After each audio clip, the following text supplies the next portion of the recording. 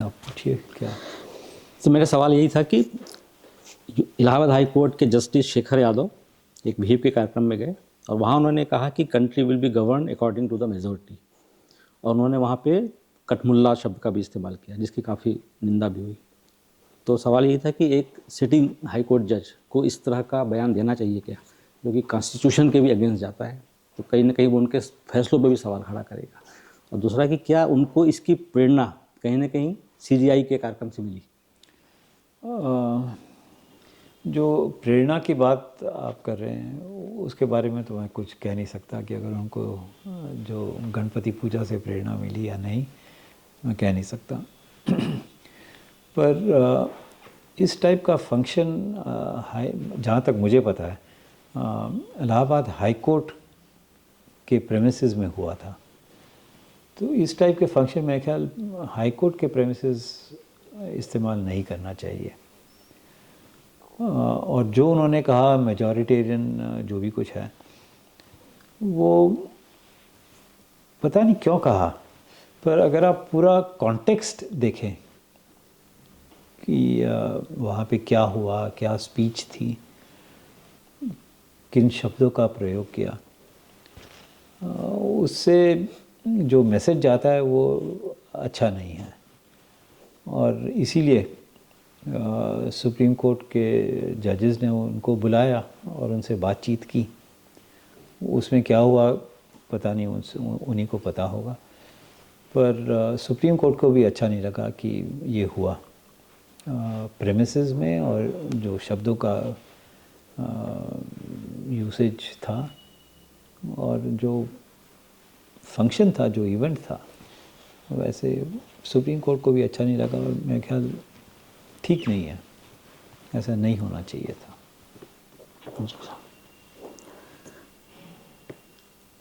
सवाल ये है सर कि सिटिंग जज का अगर इस तरह का डिक्लेरेशन है और उस पर सुप्रीम कोर्ट ने जो कहा, जब बुलाया था कि ऐसे शब्दों का प्रयोग ना करें या ऐसे शब्दों के प्रयोग में सतर्कता बरतें, क्या इतना कहना काफ़ी है या इससे कुछ ज़्यादा करना चाहिए, ताकि सुप्रीम कोर्ट का भी लगता है कि आप संविधान को बचाने में थोड़े ज़्यादा अलर्ट हैं। अब देखिए वहाँ पे क्या डिस्कशन हुआ सुप्रीम कोर्ट में, पता नहीं, किसी को पता नहीं। तो हम सिर्फ गेस कर सकते हैं कि सुप्रीम कोर्ट ने कहा कि चलो हम इसे क्वेश्चन कर सकते हैं। उन्होंने जस्टिस यादव ने भी कुछ कहा होगा, उन्होंने ऐसे क्यों कहा, जो भी कुछ है पता नहीं। पर अल्टीमेटली ये तो सुप्रीम कोर्ट को ही देखना पड़ेगा कि उन्होंने क्या कहा। अब आप रोज़ सुनते हैं कोई पॉलिटिशियन स्टेटमेंट देता है किसी चीज़ के बारे में, और जब उसकी निंदा होती है तो वो कहते हैं कि नहीं नहीं नहीं, मुझे मिसकोट किया, मैंने ये नहीं कहा। तो ऐसे भी हुआ होगा कुछ कह नहीं सकते। तो ये सब स्पेकुलेशन है, और क्या होना चाहिए या क्या करना चाहिए, ये तो मेरे ख्याल सुप्रीम कोर्ट ही फैसला करेगी। एक सवाल ये था सर कि सीजेआई ने जो न्याय की देवी हैं सुप्रीम कोर्ट में जिनकी मूर्ति लगी है, उनकी आंखों से ब्लाइंड फोल्ड हटा दिया है, तो इससे क्या मैसेज देना चाहते हैं वो?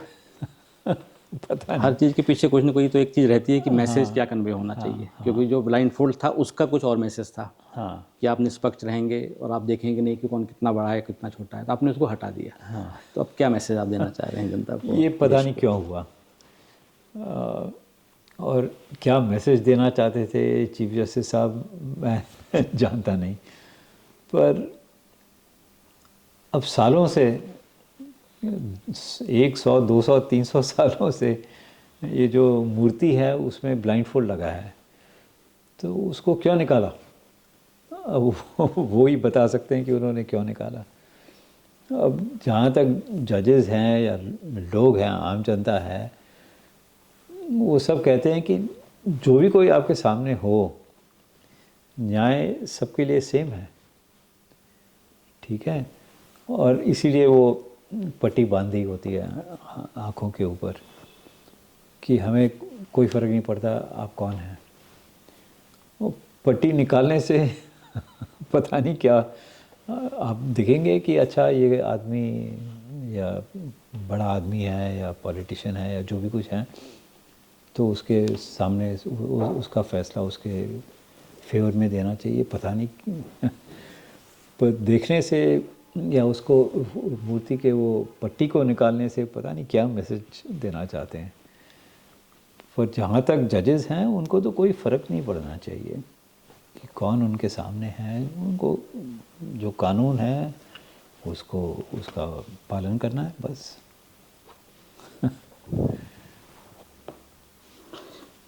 एक कुछ सवाल था सर हमारा कि सुप्रीम कोर्ट ने 2 साल पहले एक डायरेक्टिव दिया था कि जो भी हेट स्पीच होगी देश में कहीं भी, तो उसमें बिना किसी डिले के एफआईआर करनी होगी, और अगर नहीं किया एफआईआर तो कंटेम्प्ट माना जाएगा। लेकिन हम देख रहे हैं कि कंटिन्यू हेट स्पीच होती जा रही है, उसके बाद भी होती जा रही है, यूपी में भी हुई, महाराष्ट्र में सब जगह चल रही है, लेकिन कोई एफआईआर नहीं हो रही है, पहला। दूसरा कि अगर कहीं हुई भी हैं तो तुरंत लोग जमानत पे बाहर आ जा रहे हैं। तो ऐसे मामलों में क्या लग रहा है कि क्या जस्टिस हो रहे हैं, और सुप्रीम कोर्ट जो आदेश दे रही है उसका पालन नहीं हो रहा है, तो उसका फॉलोअप क्यों नहीं हो पा रहा है फिर? देखिए इसमें दो चीज़ें हैं। एक तो ये है कि सुप्रीम कोर्ट जो आदेश दे रहे हैं उनका पालन करवा सकती है सुप्रीम कोर्ट या नहीं। ठीक है, अगर सुप्रीम कोर्ट ने कहा कि देश में अब कोई किसी की हत्या नहीं करेगा, ठीक है, तो उसका पालन कैसे होगा? लोग हत्या कर रहे हैं तो हत्या होगी। तो इस टाइप के जो डायरेक्शंस हैं कि आप हेट स्पीच मत दीजिए, अगर किसी ने हेट स्पीच दी, सुप्रीम कोर्ट क्या करेगी? उसके घर तो नहीं जा सकती और कहेगी कि नहीं तुमने हेट स्पीच दी है। इन डायरेक्शंस का पालन तो किसी और को करना है, पुलिस को करना है, सरकार को करना है। तो इस टाइप के डायरेक्शंस मेरे हिसाब से इनका कोई मायना नहीं होता। अब आपने कह दिया कि नहीं, अच्छा कल से कोई हत्या नहीं करेगा, और अगर किसी ने हत्या की तो आप सुप्रीम कोर्ट वहाँ पे उसके पास जाएगा कि आपने हत्या क्यों की, और हम तुम्हें कंटेम्प्ट ऑफ कोर्ट के अंदर डालेंगे? ऐसे ऐसे कैसे हो सकता है? तो इस टाइप के डायरेक्शंस मेरे ख्याल में कोर्ट को नहीं देने चाहिए, क्योंकि उनका कोर्ट उनको एनफोर्स नहीं कर सकती। एक तो ये है। दूसरी चीज़ ये है कि अगर किसी ने हेट स्पीच दी और पुलिस ने उसका एफआईआर लॉन्च नहीं किया, अगर हेट स्पीच है तो उसका सुप्रीम कोर्ट कहे या ना कहे, वो it is contrary to law, कानून के ख़िलाफ़ है, तो पुलिस को एफआईआर लॉन्च तो करना ही चाहिए। और अगर पुलिस नहीं करे तो अगर कोई सुप्रीम कोर्ट के सामने आ जाए या हाई कोर्ट के सामने आ जाए और कहे कि भाई किसी ने हेट स्पीच दी है, पुलिस उसके बारे में कुछ कर नहीं सकती, तब सुप्रीम कोर्ट या हाई कोर्ट उस मामले को लेकर फैसला दे सकती है। और जो हेट स्पीच हो रही है, काफ़ी हेट स्पीचेस हुए हैं सुप्रीम कोर्ट के ऑर्डर के बाद। पता नहीं अब लोग गए हैं, कोर्ट में गए हैं या पुलिस को कहा है कि भाई आप एफआईआर दर्ज कीजिए। तो ये हर एक केस के ऊपर डिपेंड करता है। और आप ब्लैंकेट ऑर्डर नहीं दे सकते कि अच्छा ये नहीं, ये कल से नहीं होगा। ठीक है, अगर सुप्रीम कोर्ट कहे कि कल से सबको खाना मिलना चाहिए, हो ही नहीं सकता। आप उनको उसके आप कैसे एनफोर्स करेंगे?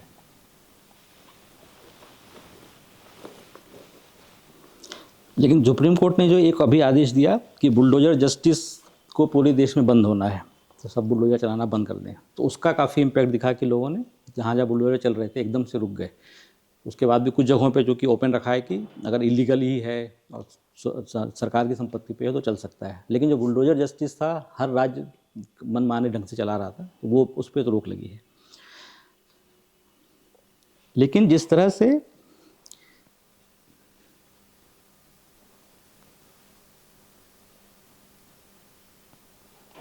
इसकी जो ग्रेविटी है पूरी, कि सुप्रीम कोर्ट अगर चाहे तो कानून को लागू करवा सकता है, जो बुलडोजर जस्टिस में दिखा, लेकिन बाकी जगहों पे ऐसा नहीं दिखता है। तो आपको क्या लग रहा है कि सुप्रीम कोर्ट की बात राज्य अपने मन से अपने हिसाब से स्वीकार करते हैं और कुछ बातें नहीं भी करते हैं, तो उसको कैसे जस्टिफाई कर पाएंगे?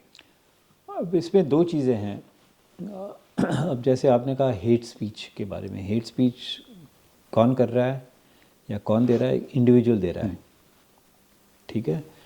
बुलडोज़र जस्टिस की जो आप बात कर रहे हैं, वो बुलडोज़र कौन भेज रहा है? इंडिविजुअल नहीं, सरकार भेज रही है, एडमिनिस्ट्रेशन भेज रही है। तो अगर सुप्रीम कोर्ट ने कहा कि कल से आप बुलडोज़र नहीं भेजेंगे, वो इंडिविजुअल को नहीं है। इंडिविजुअल मतलब जितने भी 100 करोड़ लोग हैं यहाँ पे हिंदुस्तान में, पर सरकार जो है वो एक है वहाँ की, जिसी भी स्टेट की हो, उसको पालन करना पड़ेगा। और अगर वो सरकार नहीं पालन करती ऑर्डर का, तो फिर कंटेम्प्ट ऑफ कोर्ट हो सकता है। ये फ़र्क है हेट स्पीच और बुलडोज़र जस्टिस में। तो अब अगर सरकार कहेगी कि नहीं, हम आपके जो ऑर्डर दिया आपको हम मानेंगे नहीं, तो ये तो गैर संविधान है। सुप्रीम कोर्ट के ऑर्डर्स मतलब दे आर द लॉ, और अंडर द कॉन्स्टिट्यूशन संविधान में लिखा है। तो अगर कोई सरकार कहती है कि नहीं, हम नहीं मानते आपकी बात, तो फिर गैर कानूनी है, गैर संविधान भी है, तो उनको तो मानना ही पड़ेगा। तो ये फ़र्क है जहाँ तक मैं देख सकता हूँ। और बुलडोज़र जस्टिस जो हुआ था, वो तो एक्चुअली मेरे हिसाब से तो बुलडोज़र इनजस्टिस है। किसी को कह दिया कि भाई आपका घर सरकारी ज़मीन पे है या नहीं है, किसको पता? कोई फ़ैसला हुआ है क्या? आपने कह दिया कि सरकारी ज़मीन पे है तो आपने तोड़ दिया, या आपने कह दिया कि ये contrary to municipal bylaw. उसका कोई फ़ैसला हुआ है या नहीं हुआ है? नहीं है, मैंने कह दिया इसलिए। तो ये तो गलत है। तो सुप्रीम कोर्ट ने अच्छा किया कि ये इसको रोका। लेकिन किसी पे सज़ा नहीं हुई, मतलब जो भी जिन लोगों ने बुलडोज़र चलाए हैं, किसी को आज तक सज़ा नहीं मिली। हाँ, ये दूसरा विषय है अकाउंटेबिलिटी का। अब अकाउंटेबिलिटी नहीं है। अब ऐसे बहुत सारे केसेस हैं, जैसे कि अगर पुलिस के थाने में किसी को पीट के उसके पैर वैर तोड़ दिए या वो मर गया, तो कहते हैं कि भाई एक इंक्वायरी कमेटी लगा देंगे, और उसके बाद क्या होता है? कुछ नहीं होता, ठीक है, या उसको ट्रांसफ़र कर देते हैं। तो ये अकाउंटेबिलिटी का सवाल है, और अकाउंटेबिलिटी मेरे हिसाब से अफसरों पे या पुलिस पे नहीं है, और आनी चाहिए। और अगर आप कहेंगे, सुप्रीम कोर्ट कहेगा या कानून कहेगी कि अकाउंटेबिलिटी होनी चाहिए, अगर आपने गलत काम किया है, आप सरकारी अफसर हो या ना हो, आप पुलिस के अफसर हो या ना हो, आप देश के नागरिक हैं, तो कानून आप पे भी लगता है। और अगर अकाउंटेबिलिटी आ गई तो ये सब सही हो जाएगा, पर अकाउंटेबिलिटी नहीं आ रही है। एक चीज़ और देखी जाती है सर बहुत सारे राज्यों में, कि जो लोकल पुलिस है बदमाशों को पकड़ती है जब, तो उनकी पूरी परेड कराती है, वो पूरे शहर से उनको मारते मारते ले जाती है। वो कहते हैं कि इससे गुंडों पे बहुत डरेंगे वो। तो ये लीगली कितना सही है? इस पर कभी किसी ने कुछ नहीं बोला कि बोलेंगे तो गुंडों के समर्थन में खड़े हो जाएंगे आप? पुलिस ये करती है, गुजरात में भी किया उसने, वहाँ तो बाकायदा खंबे से मार मार के लोगों को पीटा। एमपी में, भोपाल में खूब करते हैं, यूपी में करते हैं। इसमें न्याय जो है वो कैसे मदद कर सकता है? हाँ, ये तो अकाउंटेबिलिटी का क्वेश्चन आ गया ना, कि पुलिस ने ऐसे क्यों किया। कानून उनको ये परमिशन नहीं देती है कि आप लोगों को पीटें, खंबे से बांध के उनको पीटे। कानून तो ये कह परमिट नहीं करता है। और अगर ऐसे पुलिस अफसर को पकड़ के उनको सस्पेंड तो करेंगे ही करेंगे, पर उनको अगर उनको सज़ा दी गई क्योंकि आपने गैर कानूनी काम किया, अगर कोई आम आदमी किसी को खंबे के साथ बांध के उसकी पिटाई करे, या 3-4 लोग उसकी पिटाई करे, उनके खिलाफ़ तो केस हो जाएगा, और अगर वो गिल्टी हैं तो वो जेल जाएंगे। पुलिस वाले क्यों नहीं जाते? उनके खिलाफ़ केस क्यों नहीं होता? ठीक है ना। तो अगर ऐसे होने लगे तब ये जो आप कह रहे हैं जहाँ पे भी हुआ वो रुक जाएगा, पर आज ये नहीं हो रहा। सिर्फ ट्रांसफ़र कर देते हैं एक डिस्ट्रिक्ट से दूसरे डिस्ट्रिक्ट तक, या सस्पेंड कर दिया, उसके बाद सब भूल जाते हैं। मेरा अगला सवाल था सर जुडिशियल अकाउंटेबिलिटी पे। आपको क्या लगता है कि देश में जो जुडिशियल मिसकंडक्ट है और बायसेस हैं, इसको एड्रेस करने के लिए एडुकेट मैकेनिज़्म है, नहीं है, क्या करना चाहिए? एडिक्वेट मैकेनिज़्म है। एक जजेस इंक्वायरी एक्ट है। अगर हाई कोर्ट या सुप्रीम कोर्ट के जजेस के ख़िलाफ़ अगर कोई कंप्लेंट है और उसमें कोई सब्सटेंस है तो जजेस इंक्वायरी एक्ट है, इंक्वायरी हो सकती है। और पिछले काफ़ी सालों में काफ़ी केसेस भी हुए हैं जजेस इंक्वायरी। जहाँ तक डिस्ट्रिक्ट के जजेस हैं उनके ख़िलाफ़ भी कंप्लेंट्स होती हैं और वो हाई कोर्ट कंप्लेंट्स देखता है और इंक्वायरी डिपार्टमेंटल इंक्वायरी करती है। तो जो सिस्टम है वो तो ठीक है, पर किस टाइप के कंप्लेंट्स आ रहे हैं, अगर रिश्वत के कंप्लेंट्स आएंगे तो उनमें तो डेफिनेटली एक्शन तो लिया जाएगा। पर अगर किसी ने कंप्लेंट किया कि मेरी सुनवाई नहीं हुई या जज साहब ने गलत फ़ैसला दे दिया मेरे ख़िलाफ़, तो इस टाइप की कंप्लेंट तो हर एक आदमी कर सकता है। तो वहाँ पे अकाउंटेबिलिटी नहीं आती, अकाउंटेबिलिटी होनी भी नहीं चाहिए। सब अब कोई मुकदमा हो एक पार्टी के ख़िलाफ़ तो जाएगा ही जाएगा। मतलब जितने भी हज़ारों केसेस हैं, हज़ारों कंप्लेंट्स आ जाएंगे अगर पार्टी हार गई केस, तो वो अकाउंटेबिलिटी के अंदर नहीं आता। पर अगर जैसे रिश्वत ले ली या बदतमीज़ी की, सेक्सुअल हैरेसमेंट या जो भी कुछ, तो उसके लिए तो है जजेस इंक्वायरी एक्ट या डिपार्टमेंटल इंक्वायरी, वो तो है, काफ़ी सिस्टम्स हैं। क्या आपको लगता है कोई एक इंडिपेंडेंट बॉडी होनी चाहिए जुडिशियल ओवरसाइट के लिए? अगर हाँ, तो वो किस तरह से इंडिपेंडेंस और अकाउंटेबिलिटी को बैलेंस करेगी? अकाउंटेबिलिटी और इंडिपेंडेंस।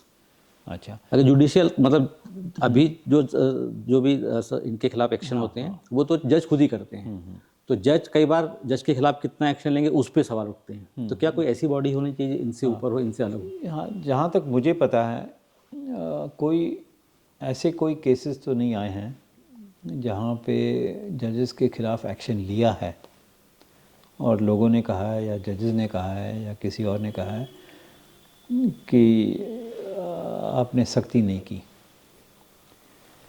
और जब तक ये एविडेंस नहीं आता 3-4 केसेस में या 4-5 केसेस में, जैसे कि अगर किसी जज ने रिश्वत ली और बाकी जजेस ने कहा ठीक है यार रिश्वत ले ली, कोई फ़र्क नहीं पड़ता, तब ओवरसाइट बॉडी की ज़रूरत पड़ेगी कि ऐसे क्यों फैसले ले रहे हैं।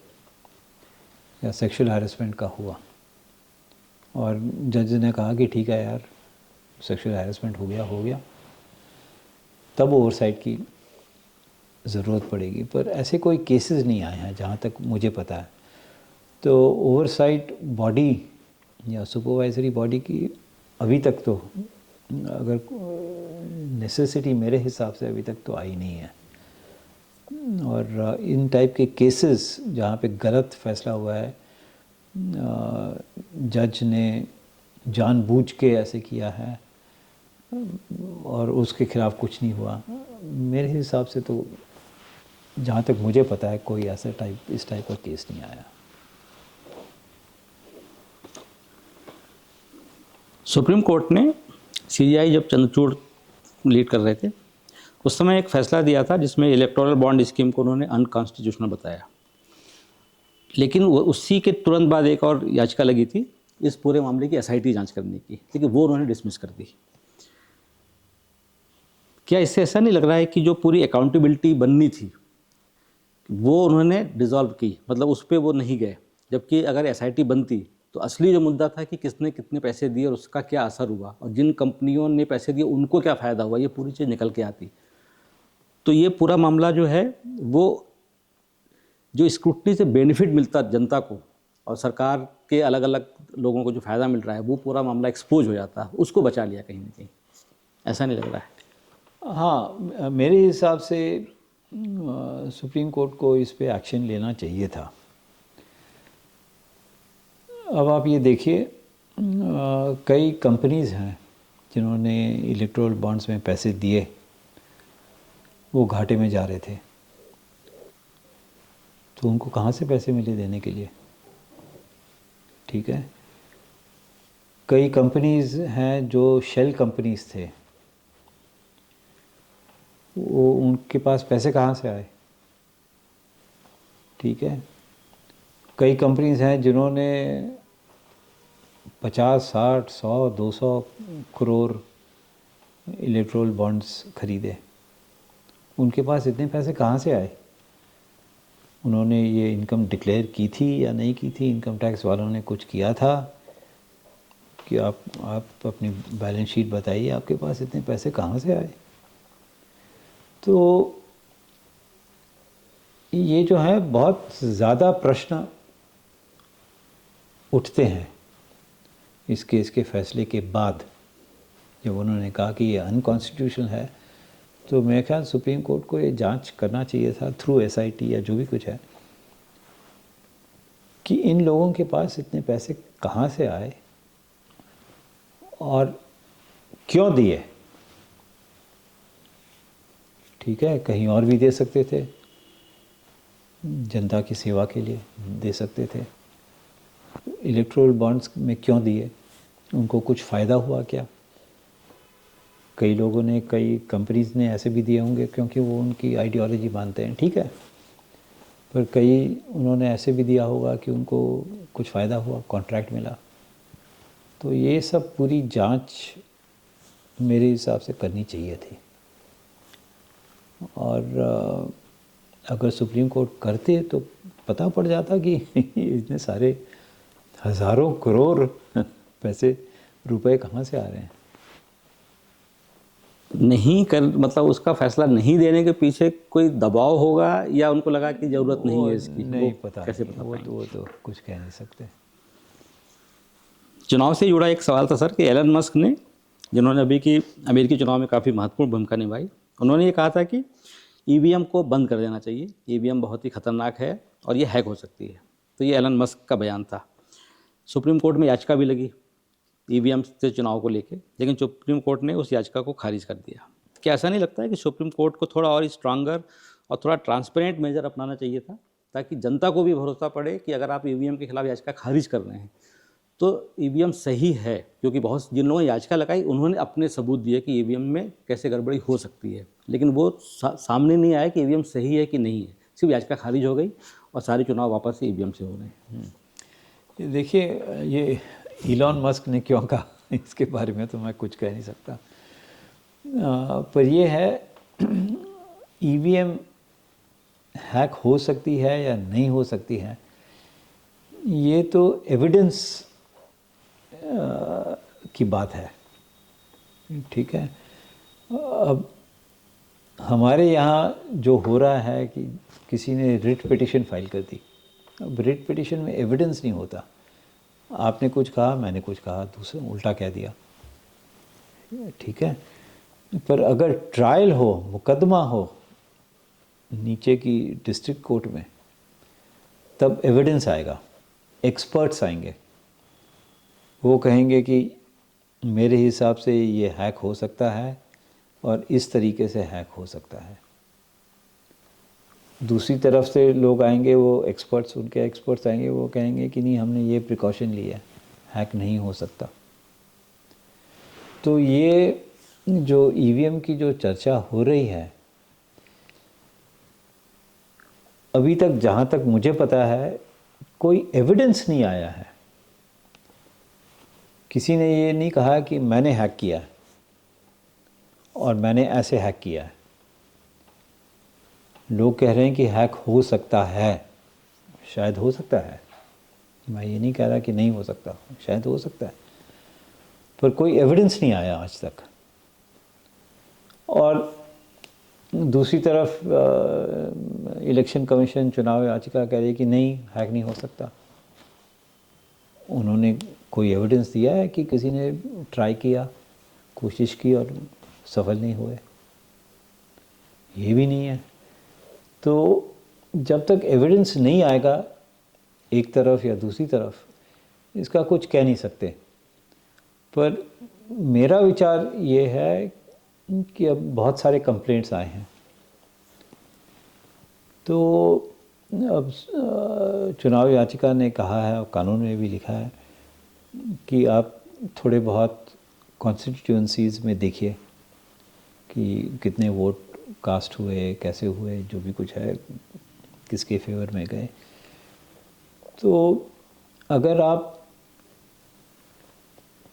उन बहुत ज़्यादा कॉन्स्टिट्यूएंसीज़ के बारे में अगर आप देखें, तब हो सकता है कि अगर आप 200 कॉन्स्टिट्यूएंसीज़ लोकसभा के जैसे आप लीजिए, 200 कॉन्स्टिट्यूएंसीज़ में ईवीएम के हिसाब से मुताबिक कितने वोट्स कास्ट हुए, किसके फेवर में गए, कितने लोग आए, बैलेट पेपर जो वीवीपैट है वो आप देखिए।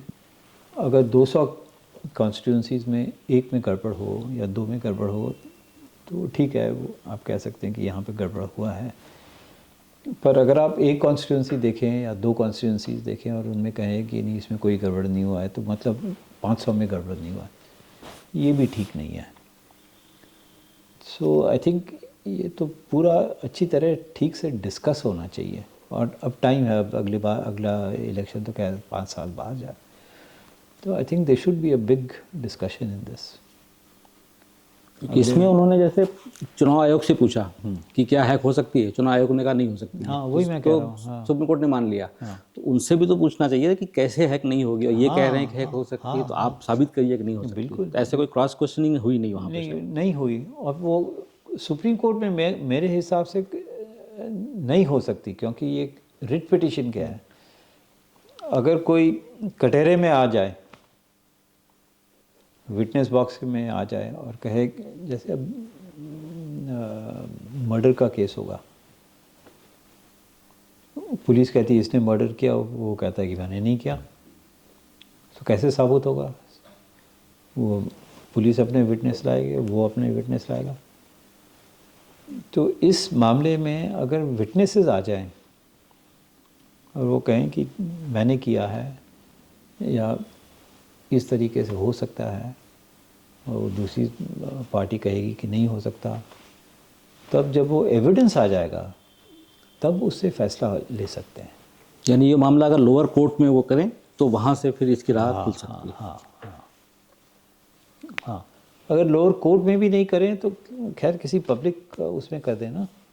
नहीं, जैसे महाराष्ट्र में चुनाव हुआ तो वहाँ भी लोगों ने कहा कि ईवीएम हैक हुई है, तो वहाँ के कई गांवों ने कहा कि हम बैलेट से चुनाव कराएंगे। हाँ, लेकिन सरकार ने वो करने नहीं दिया उनको। हाँ, वो गलत है। वो भी तो दिक्कत हुई। लोग कह रहे हैं कि हम करके देखते हैं कि ईवीएम में कितने वोट मिले और बैलेट में कितने मिले। सरकार ने वहाँ पे पूरी तरह से बैन कर दिया, पुलिस लगा दी और लोगों को वोट नहीं डालने दिया। हाँ, ठीक है। तो अगर वहाँ महाराष्ट्र में अगर 50 या 60 या 70 250 कॉन्स्टिट्यूंसीज़ थे, अगर 100 कॉन्स्टिट्यूंसीज़ में ये कहते कि ठीक है पेपर देखिए और ईवीएम देखिए, तो कोई आइडिया हो जाता ना कि इन 100 कॉन्स्टिट्यूंसीज़ में 50 में अगर गड़बड़ है, मतलब बहुत ही प्रॉब्लम है। पर अगर एक में है तो शायद कह सकते थे कि ठीक है वहाँ पे कुछ हो गया। जैसे पुराने ज़माने में जब वो बूथ कैप्चरिंग होती थी, ये नहीं कि पूरे देश में बूथ कैप्चरिंग हो रही है, 2-3 जगह होती थी, तो ठीक है वहाँ पे री इलेक्शन करते हैं। पर मेरे हिसाब से आई वांट टू से कि इसका पूरा डिस्कशन होना चाहिए। और अगले चुनाव के पहले, एक देश एक चुनाव के पहले हो जाए। हाँ, एक देश एक चुनाव तो 10 साल के बाद आएगा ना। वो भी कह रहे हैं कि 2034 में, 28 में शुरू करेंगे, शायद कोशिश करेंगे पहले। सर 2017 गवर्नर का अब उसका भी फैसला होना चाहिए। तो ऐसे काफ़ी पब्लिक इंटरेस्ट केसेस पेंडिंग हैं जिनकी सुनवाई जल्दी होनी चाहिए, और जो भी कोई फैसला सुप्रीम कोर्ट लेना चाहती है इधर या उधर, जो भी कुछ है दे दे, जिससे कि जो कंट्रोवर्सी है वो ख़त्म हो जाए एक बार। तो अब पता नहीं, सुप्रीम कोर्ट कहते हैं कि बहुत सारे केसेस पेंडिंग हैं, 80,000 केसेस पेंडिंग हैं, सबकी तो हम जल्दी सुनवाई नहीं कर सकते। तो ये तो एक्चुअली बहुत ही बड़ा विषय है कि केसेस सुप्रीम कोर्ट में, हाई कोर्ट में, डिस्ट्रिक्ट कोर्ट में लाखों में पेंडिंग हैं, उनकी सुनवाई क्यों नहीं हो रही? 5 साल, 10 साल, 15 साल। आज अखबार में आया था, मेरे ख्याल 40 साल के बाद फैसला हुआ कर्नाटक में। 45 साल के बाद। 45 साल क्यों? तो ये सबको सोचना चाहिए और इसके बारे में कुछ करना चाहिए। और जैसे हमने शुरू में डिस्कस किया था कि जैसे फिजी में 40 मिनट में आपको बहस जो भी कुछ करनी है कीजिए, सुप्रीम कोर्ट में अगर वो करते हैं तो फटाफट केसेस का फैसला हो सकता है। और ये सर एक सवाल ये था कि इतने सारे केसेस पेंडिंग हैं, 80,000 केस आप खुद ही कह रहे हैं सुप्रीम कोर्ट में भी हैं, फिर भी बहुत सारे ऐसे वीआईपी मामले होते हैं जिनकी सुनवाई तुरंत हो जाती है, उस पर तुरंत लोगों को राहत मिल जाती है। तो ये कैसे होता है? इसके बारे में तो मैं कुछ कह नहीं सकता यार। एक सवाल था सर कि आर्टिकल 142 क्या इसको रिव्यू करना चाहिए, खासकर इसके सेलेक्टिव यूज़ को लेके? इसके अच्छे हमको उदाहरण भी दिखे हैं। अभी हाल ही में एक बच्चा था जिसका एडमिशन के लिए सुप्रीम कोर्ट ने आदेश दिया कि उसको धनबाद आईआईटी में एडमिशन दिला दो। बहुत ही गरीब बच्चा है, फीस नहीं भर रहा था, तो सुप्रीम कोर्ट ने आर्टिकल 142 का यूज़ किया और बाकायदा आदेश जारी किया।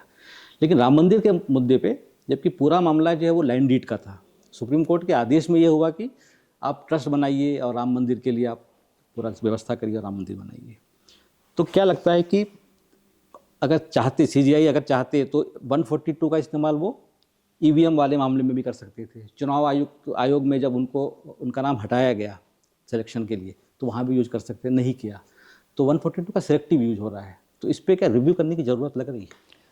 अब इसमें आर्टिकल 142 जो है ना, वो सब्सटेंटिव जस्टिस के लिए है, और अगर बहुत ही गड़बड़ हो गया तो 142 का इस्तेमाल करते हैं सुप्रीम कोर्ट।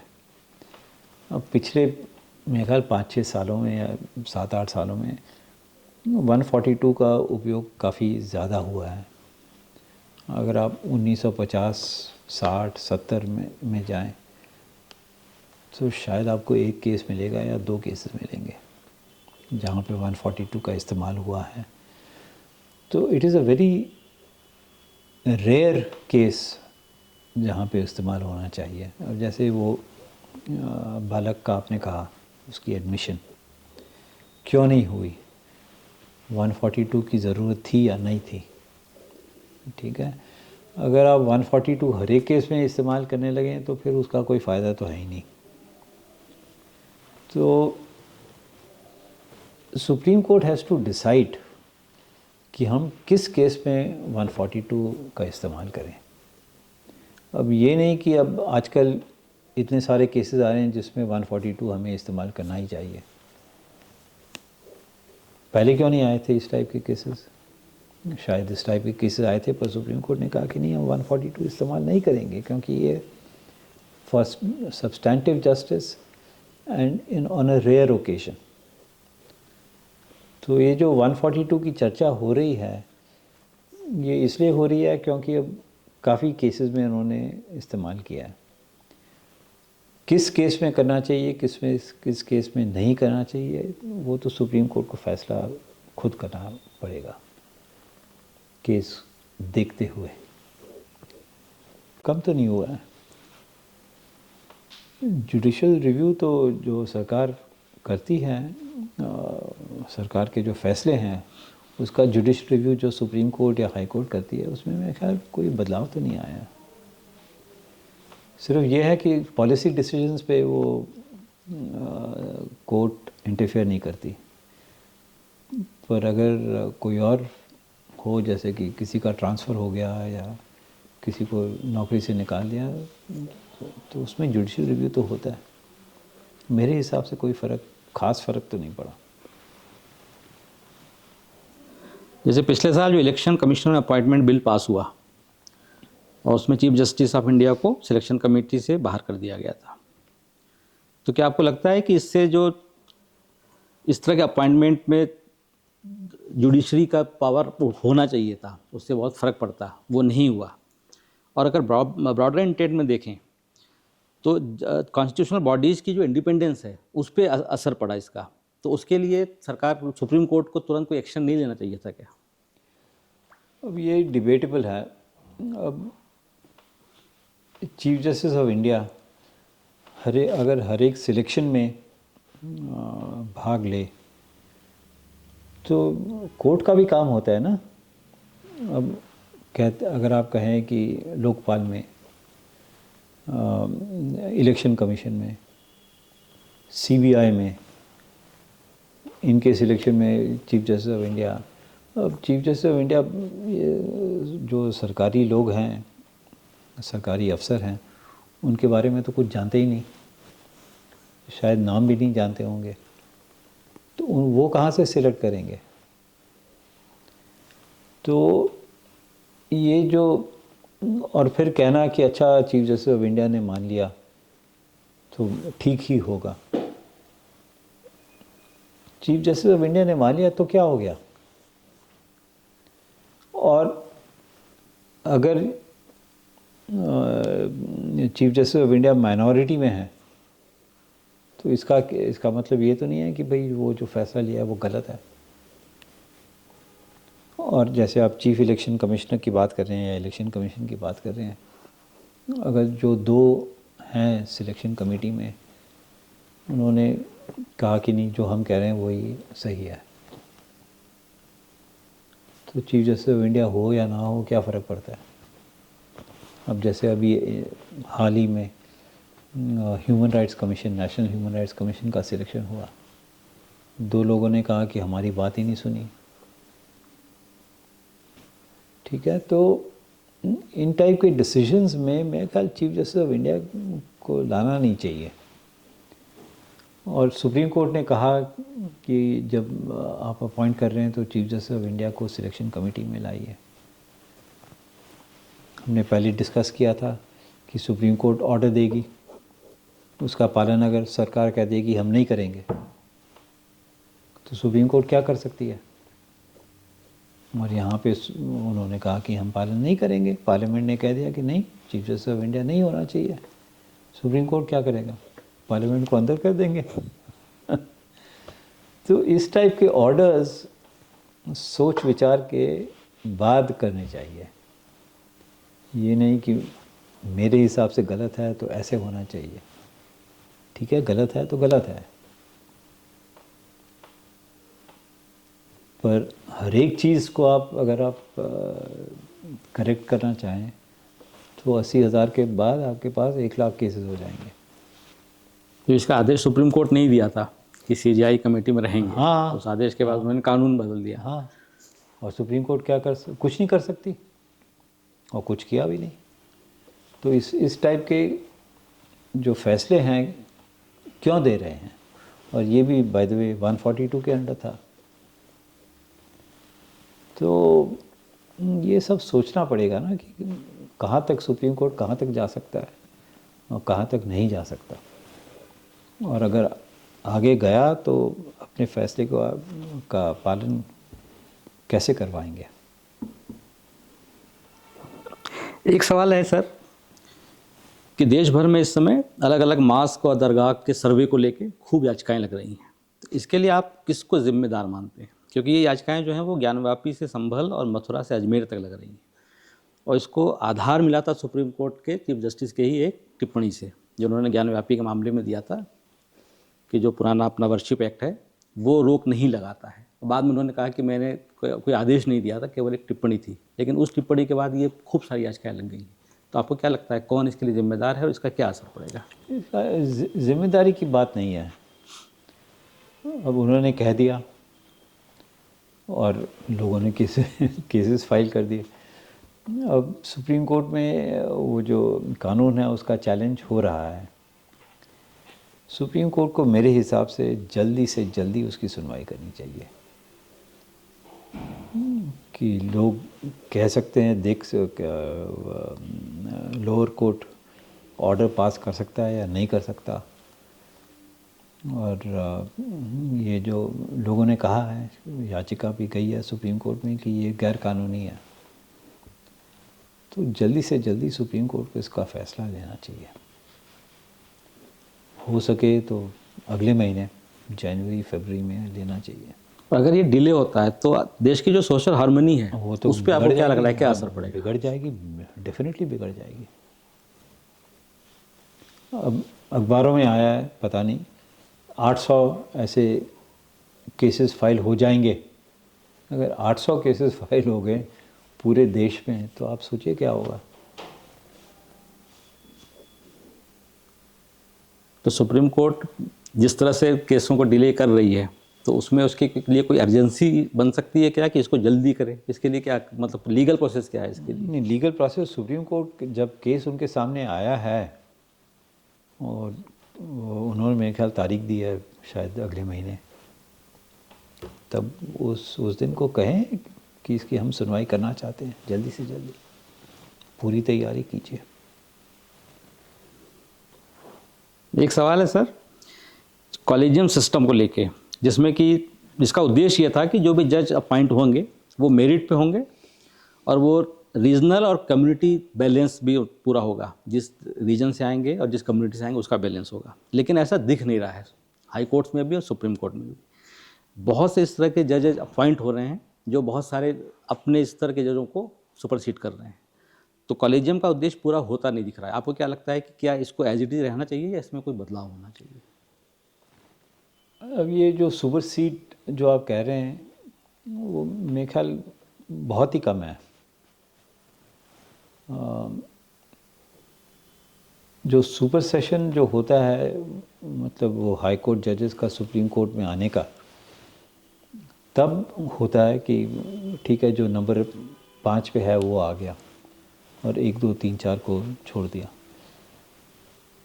उसकी वजह होनी चाहिए। और अब क्या कहें, सुप्रीम कोर्ट के जो कोलिजियम है वो तो अगर उन्होंने कोई फ़ैसला ले लिया तो गलत भी हो सकता है और सुप्रीम कोर्ट को फिर सोच समझ के लेना चाहिए। अब किसी केस में उन्होंने कहा कि चलो 20 लोगों को छोड़ के हम इसे बनाते हैं सुप्रीम कोर्ट का जज, तो क्यों? तो वो बाकी 19 लोग जो हैं वो भी डिमोरलाइज हो जाएंगे ना, और वो भी चीफ जस्टिस हैं हाई कोर्ट्स के, वो कहेंगे कि हमें क्यों भूल गए आप लोग। तो ये पूरा सोच समझ के डिस्कशन के बाद ये फैसला लेना चाहिए। सुपर सेशंस होते हैं, ये इसका there is no doubt about it. क्यों होते हैं पता नहीं।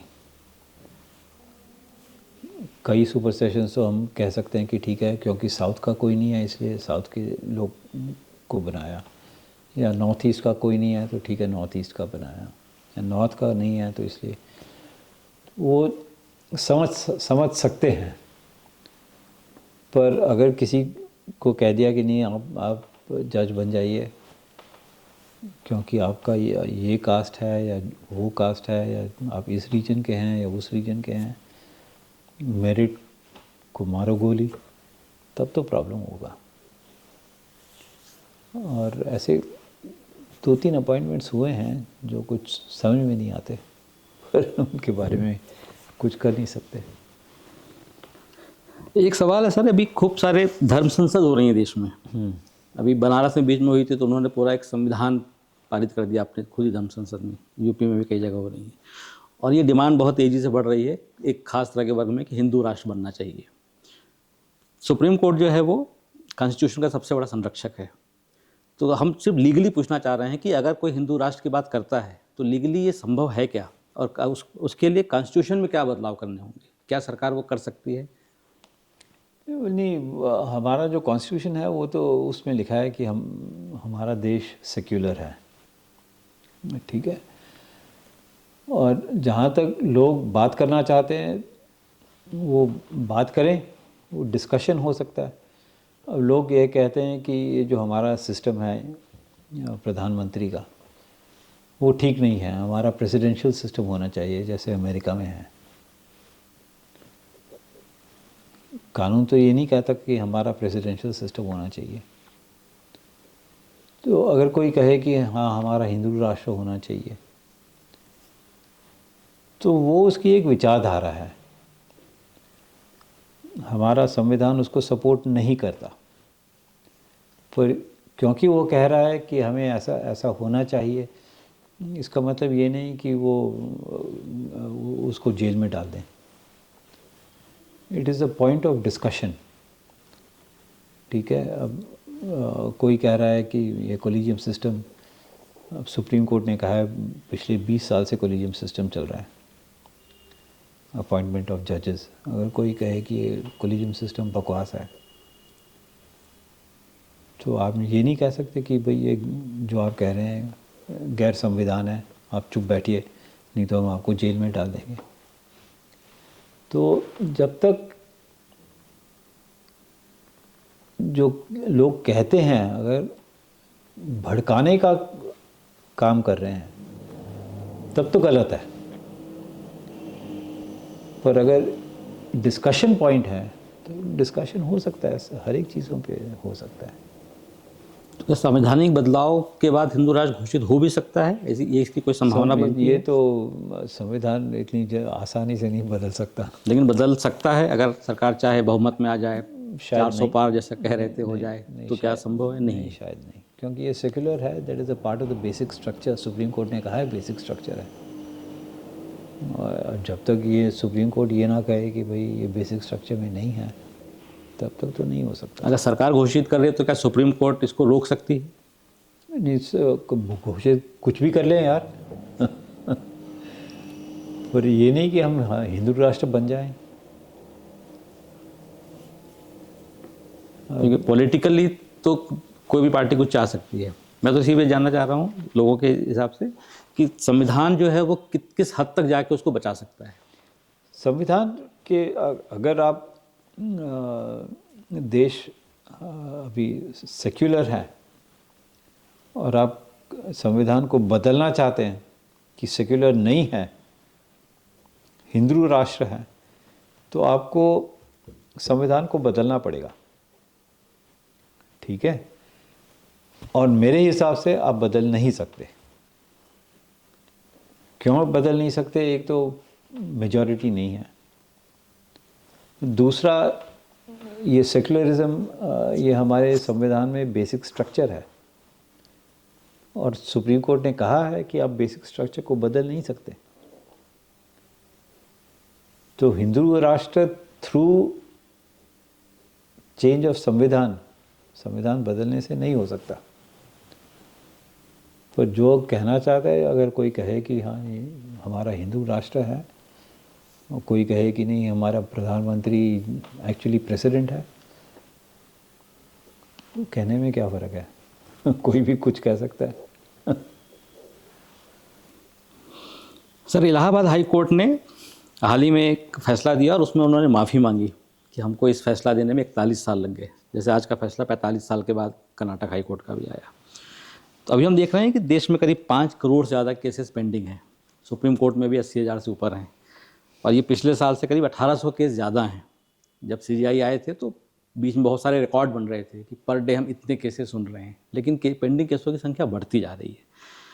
तो ये जो पूरा तारीख पे तारीख का मामला चल रहा है, ये कैसे रुकेगा? इसके लिए कोई सिस्टम सरकार बनाएगी, सुप्रीम कोर्ट बनाएगा, या ये ऐसे ही अंतहीन चलता रहेगा? मेरे ख्याल सुप्रीम कोर्ट को ये डिस्कस करना चाहिए, बहुत ही ज़रूरी है। हाई कोर्ट्स को भी डिस्कस करना चाहिए कि ऐसा क्यों हो रहा है। अब ये जो डिस्ट्रिक्ट कोर्ट्स हैं वो हाई कोर्ट के हाई कोर्ट उनको एडमिनिस्टर करता है एक तरह से। तो सबको बैठ के सोचना चाहिए कि हम कहाँ जा रहे हैं, और अगर आगे नहीं बढ़ रहे तो क्यों नहीं बढ़ रहे, और अगर सरकार की मदद चाहिए तो ज़रूर सरकार की मदद लेनी चाहिए। अब आप ये देखिए, इंफ्रास्ट्रक्चर की बहुत बात हो रही है कि हमने इतना इंफ्रास्ट्रक्चर में ये किया, हमने इंफ्रास्ट्रक्चर में वो किया। कोर्ट्स जो कचहरी है, जो बिल्डिंग है, बहुत पुरानी है। ठीक है, अब आप इलाहाबाद हाई कोर्ट लीजिए, वहाँ पे जो सैंक्शन स्ट्रेंथ हाई कोर्ट जजेस का है, मेरे ख्याल 150 या 160 ऐसी कुछ है। अगर सब जजेस अपॉइंट हो गए, उनको बैठने की जगह नहीं है, तब इंफ्रास्ट्रक्चर का क्या होगा? बॉम्बे हाई कोर्ट में ये प्रॉब्लम हो रहा है आजकल, और अभी मेरे ख्याल बॉम्बे हाई कोर्ट को कोई और ज़मीन मिल गई है। तो एक तो ये है, दूसरा ये है कि अब जजेस अपॉइंट नहीं हो रहे।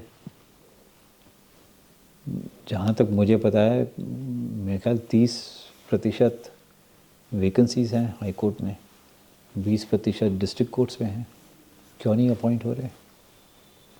लॉ कमीशन ने कहा था कि जजेस की संख्या 50,000 तक होनी चाहिए। आज हमारी 23,000 की संख्या है, और 23,000 में से भी 5,000 वैकेंसीज़ हैं या 4,000 वैकेंसीज़ हैं। अगर आप 50,000 जजेस को अपॉइंट करें, एक तो क्वालिटी आपको इतनी मिलेगी कि नहीं मिलेगी? अगर मिल भी गई तो ये 50,000 जजेस कहाँ बैठेंगे? स्टाफ भी चाहिए होगा, ये नहीं कि आपने सिर्फ जज को अपॉइंट कर दिया। और पेशकार भी होते हैं, उनके साथ स्टेनो भी होते हैं, उनको भी अपॉइंट करना पड़ेगा, उसके लिए पैसे चाहिए। तो ये सब पूरा सोच समझ के मेरे हिसाब से डिस्कशन तो बहुत ही ज़रूरी है। तो इसमें सुप्रीम कोर्ट को पहल करनी चाहिए या सरकार को पहल करनी चाहिए? कोई भी करे, सुप्रीम कोर्ट करे या सरकार करे, कोई भी करे, तो कोई तो करे ना। सर, जो किसी भी कोर्ट में जाने का खर्च है वो इतना ज़्यादा है कि कॉमन आदमी जो है वो इस पे बहुत डरता है, वो खर्च उठा नहीं पाता है। और ख़ासकर जो गरीब लोग हैं उनके साथ अगर अन्याय हो रहा है तो वो तो कोर्ट में जाने की सोच भी नहीं पाते। तो इसको कैसे देखते हैं कि कैसे ये कम हो और कैसे गरीब लोग जो हैं उन तक न्याय पहुँचे, ये कैसे संभव हो पाएगा? ये भी एक डिस्कशन की बात है। अब देखिए, हमारे पास क्या NALSA, national legal service authority है, और वो नालसा के रूल्स के अंडर अगर किसी की आमदनी मेरे ख्याल 3 लाख या 4 लाख ऐसी कुछ है हर साल, उससे कम है, तो उनको फ्री लीगल सर्विसेज मिलता है। या तो आप उसको बढ़ाइए, कहिए कि 5 लाख आप लेके आ जाइए। अगर आपकी आमदनी 5 लाख से कम है तो हम आपको फ्री लीगल एड दे दें, जो भी कुछ फिगर है, 3, 4, 5, जो भी कुछ सरकार समझे, ठीक है। तो वो नालसा का जो फ्री लीगल एड स्कीम हो, जो हर स्टेट में भी है, उसको मजबूत करना है। तब लोग फिर कोर्ट आएंगे कि हमें फ्री में वकील मिल रहा है। और ये नहीं कि भाई कोई सा भी वकील जो घूम रहा है वहाँ पे, तो चलो तुम केस करो। ऐसे नहीं, क्वालिटी के वकील उनको अपॉइंट करने चाहिए, जो कहें कि ठीक है हम आपका केस करेंगे। ये नहीं कि जो टाइम पास करना चाहते हैं, ऐसे नहीं। तो ये मेरे हिसाब से इट इज़ वेरी इम्पॉर्टेंट, ये legal aid scheme, it is very very important. Sir, एक जेंडर सेंसिटिविटी का मामला है। जैसे अभी हाल में एक बेंगलुरु के इंजीनियर अतुल सुभाष का मामला आया था, जिन्होंने सुसाइड कर ली थी, उसमें भी जो जज हैं उनका बयान भी उसमें एक वजह बना। लेकिन इसमें जो डिबेट पूरी हुई है वो सेक्शन 498 को लेकर हुई है। क्या आपको लग रहा है कि सुप्रीम कोर्ट को इस मामले में कुछ इस तरह के रूल्स या इस तरह के कुछ सेफगार्ड बताने चाहिए ताकि इसका जो मिसयूज हो रहा है वो रुके, और ये इस तरह के सुसाइड्स बहुत बढ़ रही हैं उस पर कहीं ना कहीं रोक रहा है? अब एक चीज़ है, ये 498A डाउरी प्रोहिबिशन एक्ट है। डाउरी आप दे नहीं सकते और डाउरी आप ले नहीं सकते, और अगर आपने दी या ली तो आपके खिलाफ केस हो जाएगा और आप जेल जा सकते हैं।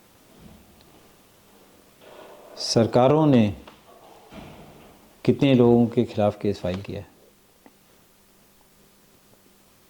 कानून है पर उसको सरकार ही नहीं इम्प्लीमेंट कर रही।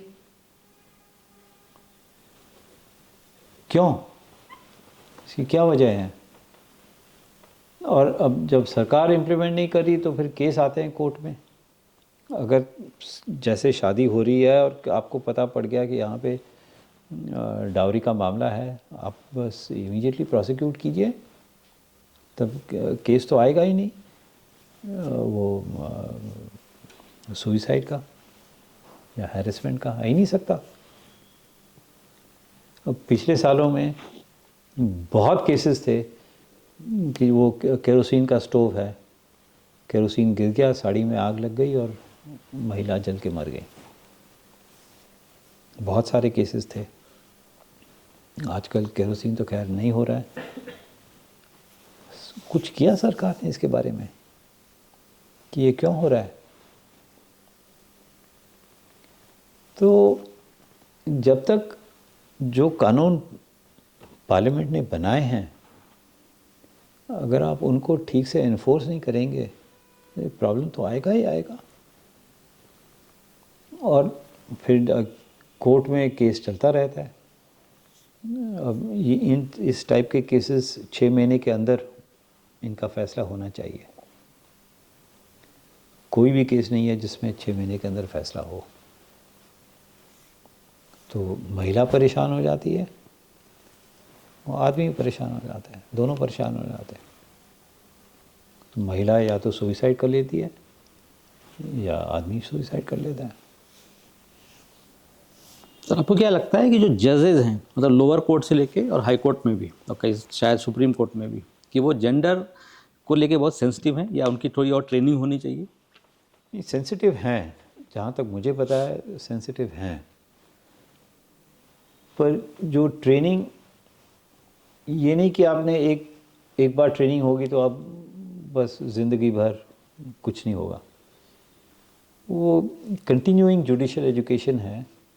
ये बार बार साल में एक बार या 2 साल में एक बार या 3 साल में एक बार ट्रेनिंग होनी चाहिए।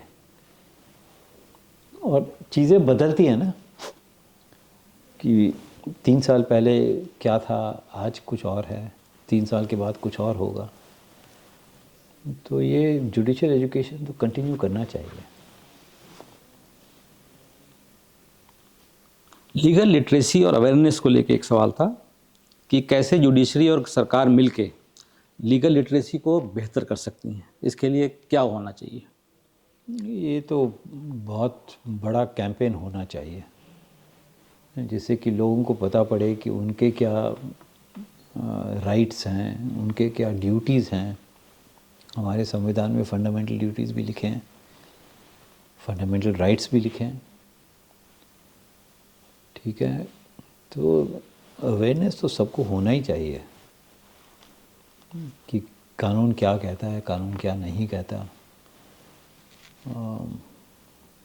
अब क्या बताएं यार, अब कानून में लिखा है कि आप गाड़ी को, आप लाल बत्ती है तो आप गाड़ी रोकिए। बहुत सारे लोग तो चले ही जाते हैं। अभी मेरे ख्याल अखबारों में आया था, दिल्ली में 2 करोड़ ट्रैफिक चालान पेंडिंग है। अब आप कितना लीगल अवेयरनेस देंगे? तो क्या स्कूल और कॉलेज में भी लीगल एजुकेशन देना चाहिए? हाँ, हाँ, इसके करिकुलम में शामिल होना चाहिए, ऐसा लगता है बिल्कुल आपको? बिल्कुल। थोड़ा बहुत तो डेफिनेटली होना चाहिए, सिविक्स में दिखाते हैं, पढ़ाना चाहिए। अभी हाल में एक कार्यक्रम था जिसमें सीजीआई गए थे और वो वकील एआई बेस्ड था, तो पूरा एआई पे ही चल रहा था और बहुत सारे सवाल पूछे उन्होंने और वकील ने सही जवाब दिए, तो उनको बहुत अच्छा लगा। तो क्या ऐसा लग रहा है कि आने वाले समय में वकील की जगह एआई काम कर पाएगा, और क्या वो जज भी बन सकता है एआई? नहीं नहीं नहीं, मेरे हिसाब से तो नहीं। अब देखिए, जो एविडेंस है,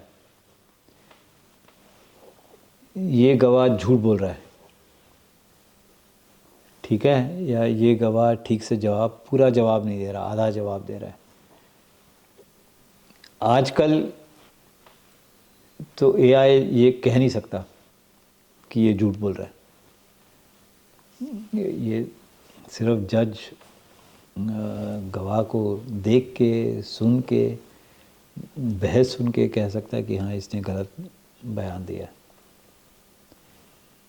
आजकल के ज़माने में तो मेरे ख्याल मशीन कर नहीं सकती, पता नहीं 5 साल के बाद शायद कर ले, पर आज तो नहीं हो सकता। क्योंकि अभी जो भी फैसले होते हैं वो सबूतों के आधार पे होते हैं। हाँ, और सबूत बनाने के लिए जो ताकतवर है वो बेहतर सबूत बना सकता है अपने पक्ष में, और सामने वाले के सबूत मिटा सकता है, जिसके पास ताकत है वो कर सकता है। अगर फैसले सबूतों के ही आधार पे होने हैं तो फिर तो एआई में क्या दिक्कत है? नहीं तो सबूत ये सच है या नहीं है, ये कौन फैसला करेगा? आप कह रहे हैं कि ये सबूत है, मैं कह रहा हूँ ये सबूत नहीं है। अगर मशीन बता सकता है तो ठीक है पर आज के ज़माने में तो मेरे ख्याल कोई मशीन बता नहीं सकता। ये इंडिविजुअल जो महसूस करेगा, जज जो महसूस करेगा वो तय करेगा कि ये सच है कि नहीं है। वहाँ पे लीगल प्रोसेस जो है वो थोड़ा पीछे रह जाती है। मानवीय भावना जो है वो ज़्यादा इसमें महत्वपूर्ण भूमिका निभाएगी, ऐसा आप कहते हैं।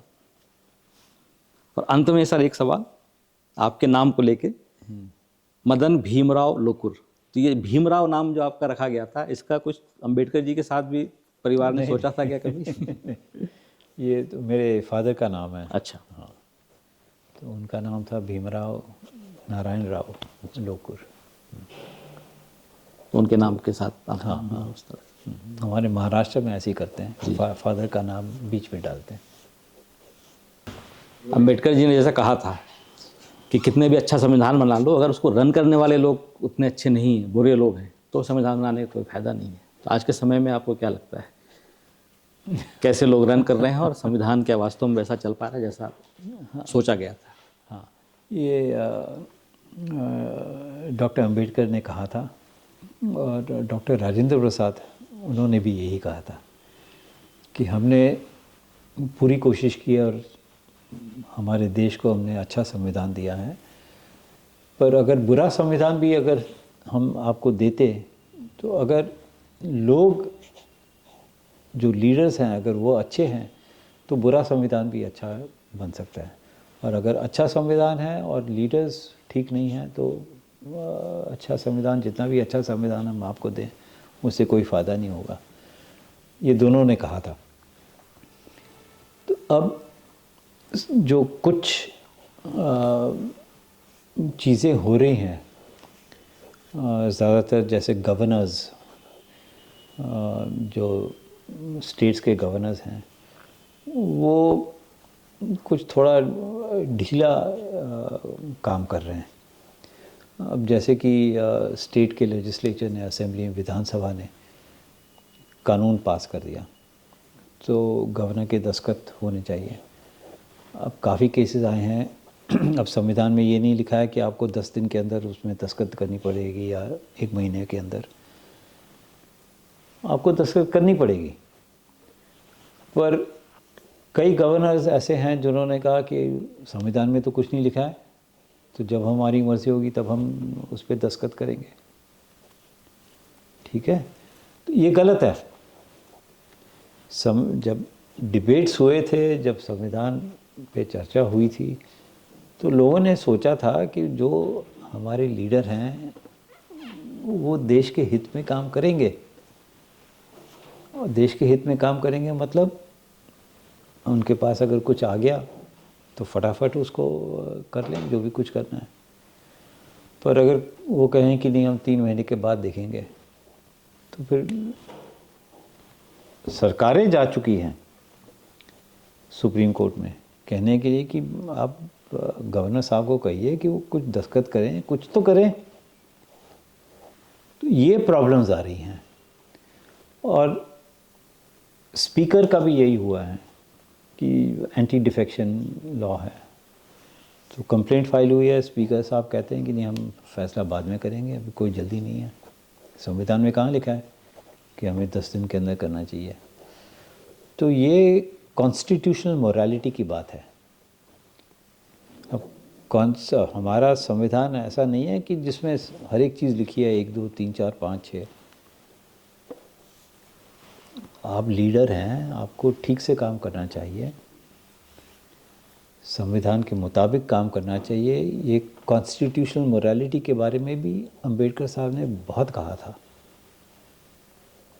और ये गैर कानूनी नहीं है कि अगर मैं 3 महीने के लिए दस्तखत नहीं करता, गैर कानूनी नहीं है, पर ये कॉन्स्टिट्यूशनल मोरालिटी के ख़िलाफ़ है।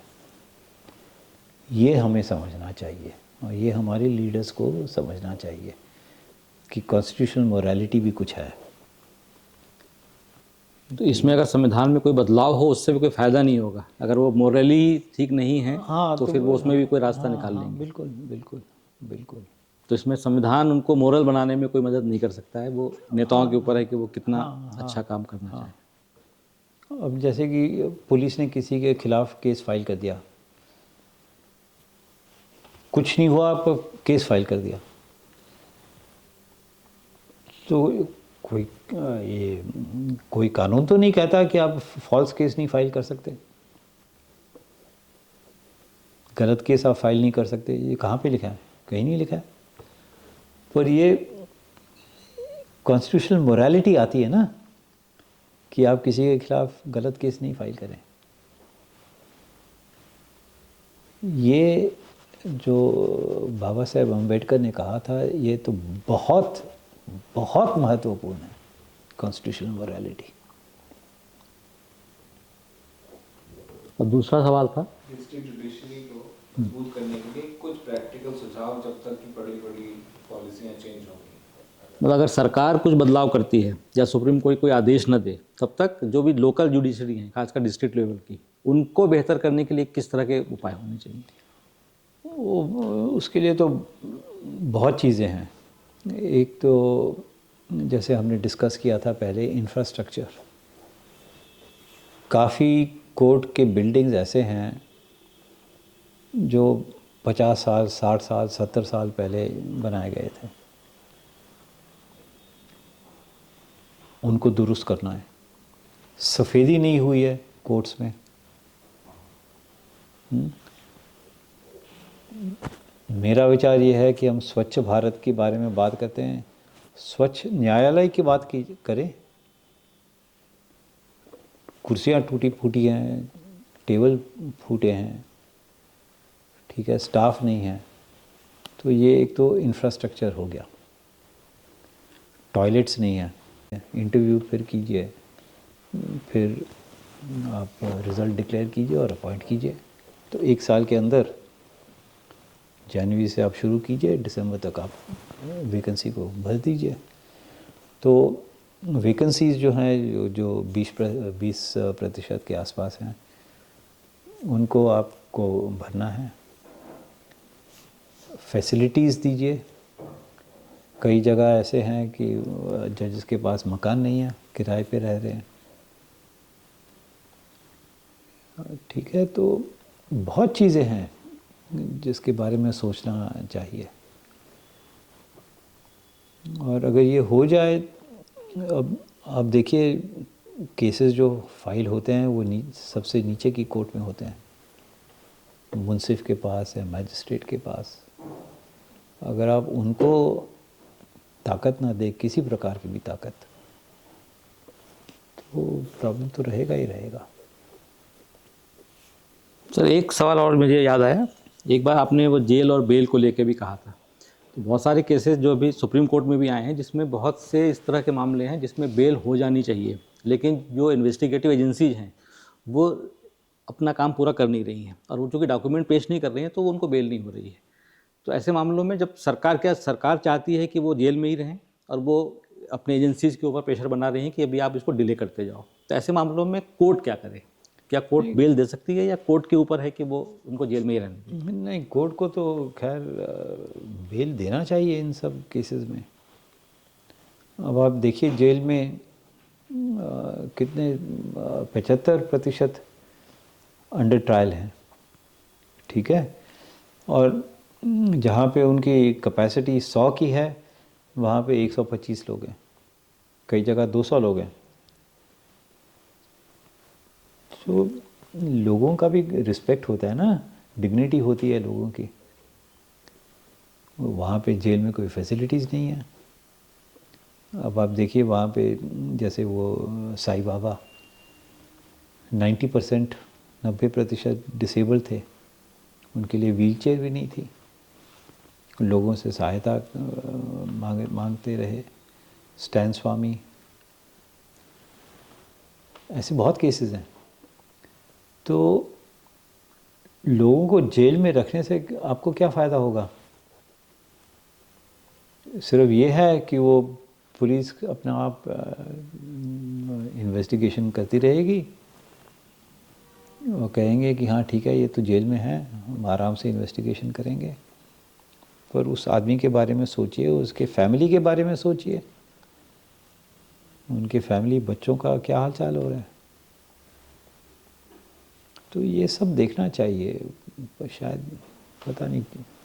तो इसका कोई नियम नहीं है कि अंडर ट्रायल जो हैं अगर इतने साल तक सुनवाई नहीं हुई तो उनको जमानत मिल जाए, ऑटोमेटिक जमानत मिल जाए, या कोर्ट आदेश हाँ, वो तो है।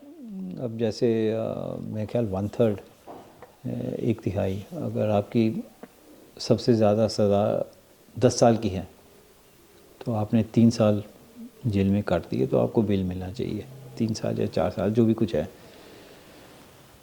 तो इसका मतलब आपको 3 साल तो जेल में रहना पड़ेगा ना अगर आपने कुछ किया नहीं है और कोई सबूत नहीं है आपके खिलाफ, तो आप 3 साल क्यों रहे?